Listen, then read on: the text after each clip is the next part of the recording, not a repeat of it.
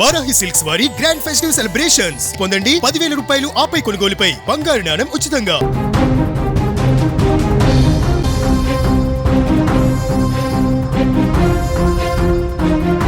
సూర్యాపేట జిల్లా తుంగతుర్తి నియోజకవర్గం అరవపల్లి సమీపంలో ఇవాళ ఉదయం ఘోర రోడ్డు ప్రమాదం జరిగింది. నల్గొండ నుంచి పాఠశాలలకు వెళ్తున్న ఉపాధ్యాయుల కారు అదుపు తప్పి రోడ్డు పక్కన పల్టీలు కొట్టిపడిపోయింది. ఈ ప్రమాదంలో మొత్తం 5 ఉపాధ్యాయులు ప్రయాణిస్తుండగా అందులో 3 మహిళలు 2 పురుషులు ఉన్నారు. వారిలో ఉపాధ్యాయురాలు కల్పనతో పాటు మరో టీచర్ గీత కూడా మృతి చెందినట్టుగా సమాచారం ఉంది.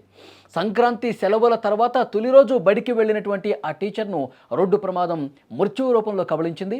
ఇవాళ ఉదయం విధులకు వెళ్తున్నటువంటి ఉపాధ్యాయుల కారు ఒక్కసారిగా బోల్తాపడింది. సూర్యాపేట జిల్లా తుంగతుర్తి నియోజకవర్గం అరవపల్లి దగ్గర ప్రమాదం జరిగింది. పాఠశాలలు ప్రారంభం కావడంతో నల్గొండ నుంచి కారులో పాఠశాలలకు 5 ఉపాధ్యాయులు బయలుదేరారు.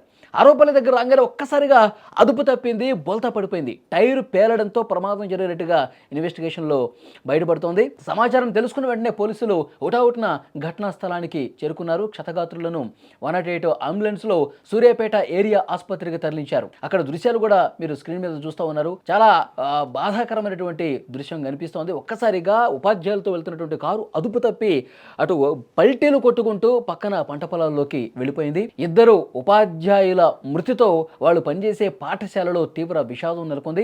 హుటాహుటిన ఈ ప్రమాదం గురించి సమాచారం తెలుసుకున్న వెంటనే అక్కడ మిగతా వాహనదారులు కావచ్చు, అక్కడ స్థానికులు కావచ్చు, వెంటనే రియాక్ట్ అయ్యారు. వెంటనే 108కి ఫోన్ చేశారు. ఫోన్ చేసి అంబులెన్స్ వచ్చింది. అంబులెన్స్ వచ్చిన తర్వాత అతి కష్టం మీద అందులో ఉన్నటువంటి ఉపాధ్యాయుల్ని బయటికి తీశారు. స్పాట్లోనే 2 ఉపాధ్యాయులు మృతి చెందడంతో వాళ్ళు పనిచేసేటువంటి పాఠశాలలో తీవ్ర విషాదం నెలకొన్నటువంటి పరిస్థితి కనిపిస్తుంది. మొన్నటి వరకు సంక్రాంతి సెలవులతో వాళ్ళు సెలవులు ఉండటంతో కుటుంబ సభ్యులతో చాలా సంతోషంగా పండుగ చేసుకున్నారు. ఇక సెలవులు ముగిశాయి, పాఠశాలలు పునఃప్రారంభమయ్యాయి. పాఠశాలలకి వాళ్ళు వెళుతున్నటువంటి క్రమంలో నల్గొండ నుంచి వాళ్ళు పాఠశాలలకి వెళుతున్న క్రమంలో మార్గ మధ్యలో అరవపల్లి దగ్గర ఊహించినటువంటి ఘటన ఒక్కసారిగా పల్టీలు కొట్టింది, అదుపు తప్పిపోయి. సో మీరు స్క్రీన్ మీద మృతి చెందినటువంటి ఉపాధ్యాయులకు సంబంధించినటువంటి ఫోటోలు కూడా మీరు చూస్తూ ఉన్నారు. చాలా బాధ కలిగించేటువంటి విషయం. ఆ పాఠశాలలు కాదు, వీళ్ళ కుటుంబ సభ్యులు కూడా తీవ్రంగా రోధిస్తున్నటువంటి పరిస్థితి ఉంది. ప్రమాదం జరిగిన వెంటనే ఒక్కసారిగా మిగతా వాహనదారులు, అక్కడ రోడ్ల మీద ప్రయాణం చేసేవాళ్ళు, స్థానికులు షాక్ అయిపోయారు.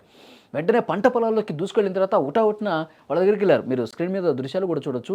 అక్కడ చుట్టుపక్కల ఉన్నవాళ్ళు కావచ్చు, ఆ గ్రామానికి సమీపంగా ఉన్నవాళ్ళు కావచ్చు, అక్కడ రోడ్డు మీద పోయే వాళ్ళందరూ కూడా వెంటనే ఆ కారు దగ్గరికి వెళ్ళి రెస్క్యూ చేస్తున్నటువంటి దృశ్యాలు కూడా మీరు చూడొచ్చు.